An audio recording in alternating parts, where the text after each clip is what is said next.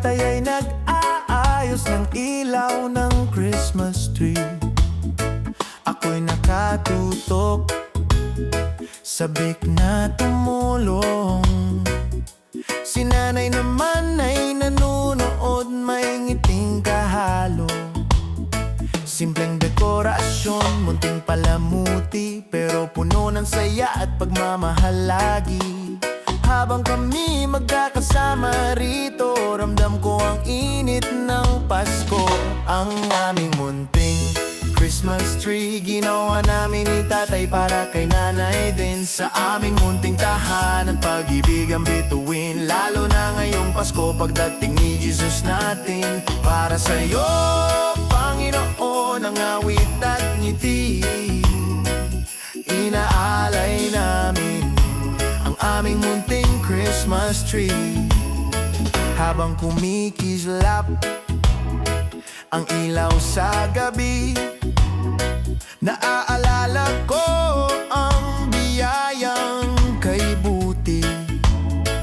Sa gitna ng mundo, puno man ang pagsubok, sa pamilya namin pag-ibigan sa puso'y tibok. Nagdarasal kami sama-sama lagi, pasasalamat sa bawat sandali.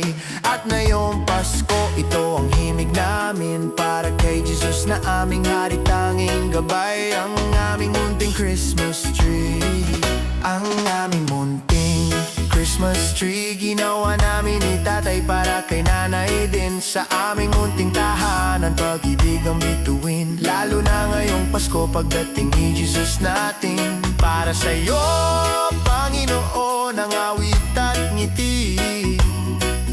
Inaalay namin aming munting Christmas tree.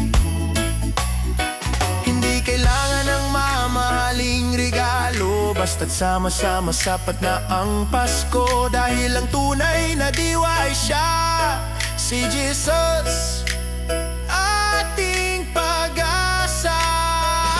Ang aming munting Christmas tree, puno ng pagmamahal, pag-asa at panalangin. Sa puso namin, ikaw ang hari, Jesus namin sa'yo, ang Pasko sa'yo.